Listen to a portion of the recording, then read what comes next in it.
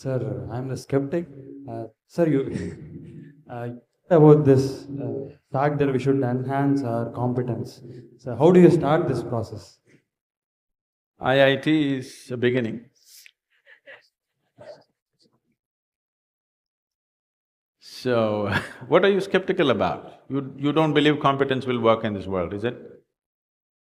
Corruption is also a certain kind of competence anyway. That was supposed to be a joke. Huh? That was supposed to be a joke.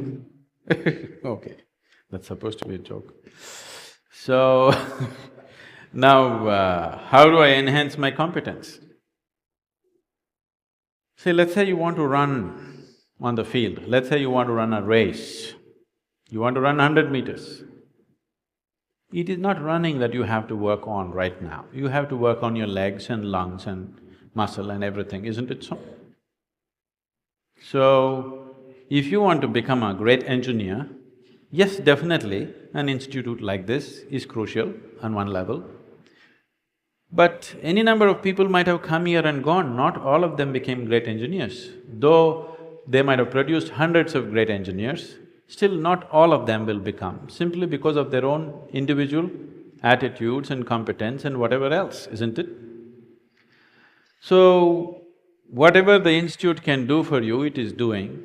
One foremost thing that you need to do is to enhance your own physical and mental capabilities. Because if you want to be a good engineer, you need a working brain. Just having a degree of engineering may be a passport to a job, but it is not a passport to success, isn't it?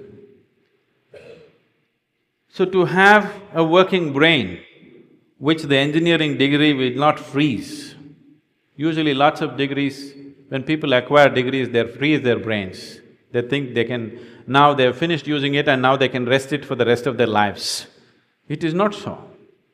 This is only to enhance your capability. This is just an organized effort. A school, a college, an institute is just an organized effort towards that, because each individual cannot craft it for himself.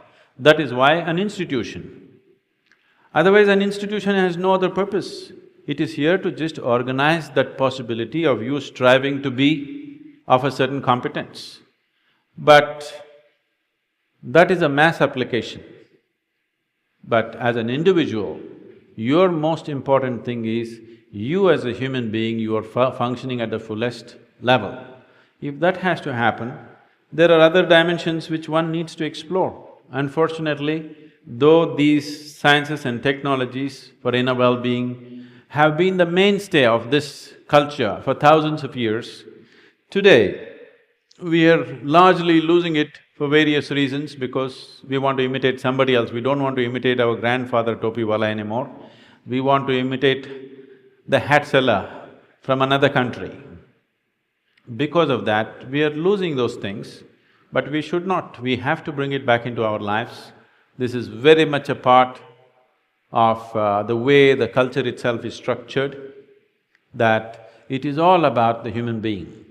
See, this is the only culture which talks about, which even an illiterate person in this culture is aware of, that you can actually evolve to another dimension of existence.